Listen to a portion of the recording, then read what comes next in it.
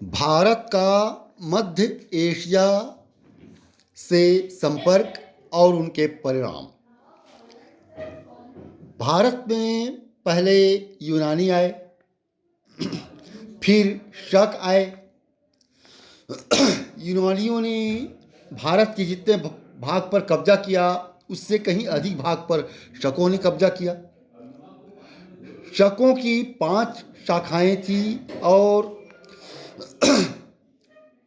अलग अलग भागों में,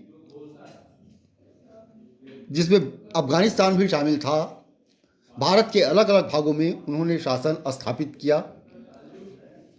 यद्यपि शकों ने देश के कई भागों में अपना राज्य स्थापित किया, तथापि उन्होंने जिनमें से पश्चिम में राज्य स्थापित किया वे ही कुछ लंबे अरसे तक, यानी लगभग 4 सदियों तक राज करते रहे। वे गुजरात में चल रहे समुद्री व्यापार से लाभान्वित हुए और भारी संख्या में चांदी के सिक्के चलाए। सबसे अधिक विख्यात शक शासक रुद्रदामन प्रथम हुआ, जिसका कार्यकाल 130 से 150 ईस्वी था।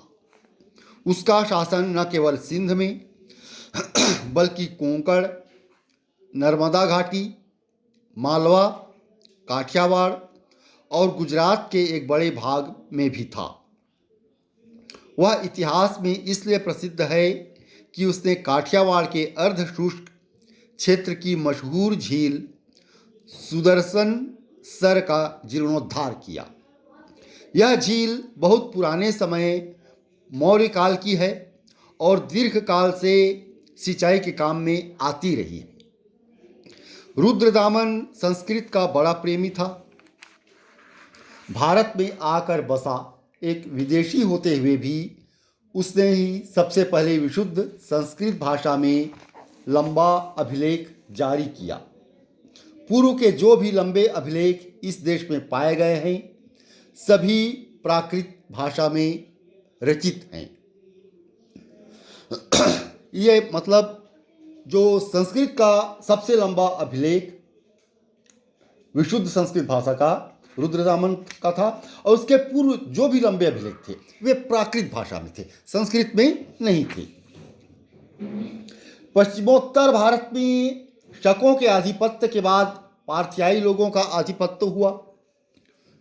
प्राचीन भारत के अनेक संस्कृत ग्रंथों में इन दोनों जनों के एक साथ उल्लेख शक पहलव के रूप में मिलते हैं। वास्तव में ये दोनों कुछ समय इस देश में समानांतर शासन करते रहे। पार्थियाई लोगों का मूल वास स्थान ईरान में था, जहाँ से वे भारत की ओर चले। यूनानियों और शकों के विपरीत वे ईसा की पहली सदी में पश्चिमोत्तर भारत के एक छोटे से भाग पर ही सत्ता जमा सकी। सबसे प्रसिद्ध पार्थियाई राजा हुआ गोंदो फर्निस। कहा जाता है कि उसके शासनकाल में सेंट थॉमस ईसाई धर्म का प्रचार करने के लिए भारत आया था। अपने से पहले के शकों की तरह पार्थियाई लोग भी भारतीय राजतंत्र के और समाज के अंग बन गए। पार्थियाइयों के बाद कुषाण आए, जो यूची और तोखारी भी कहलाते हैं।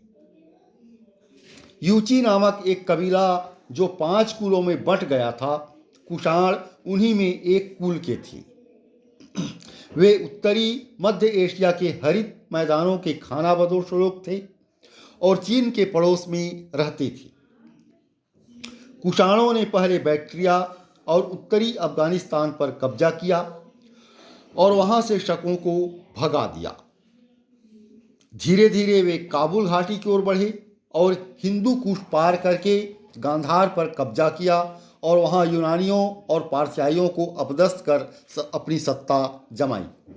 अंततः उन्होंने निम्न सिंधु घाटी पर तथा गंगा मैदान के अधिकतर हिस्से पर भी अधिकार कर लिया।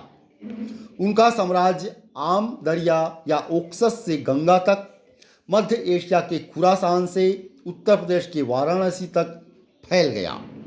कुषाणों ने सोवियत गणराज्य में शामिल मध्य एशिया का अच्छा खासा भाग ईरान का एक हिस्सा, अफगानिस्तान का कुछ अंश, लगभग पूरा पाकिस्तान और लगभग समूचा उत्तर भारत, इन सारे भूभागों को एक शासन के साये में कर दिया। इससे नाना प्रकार के लोगों और संस्कृतियों के आपस में घुल मिल जाने का विलक्षण अवसर मिला और इस सम्मिलन की प्रक्रिया ने एक नए प्रकार की संस्कृति को जन्म दिया जो आज के 5 देशों में फैली हुई है।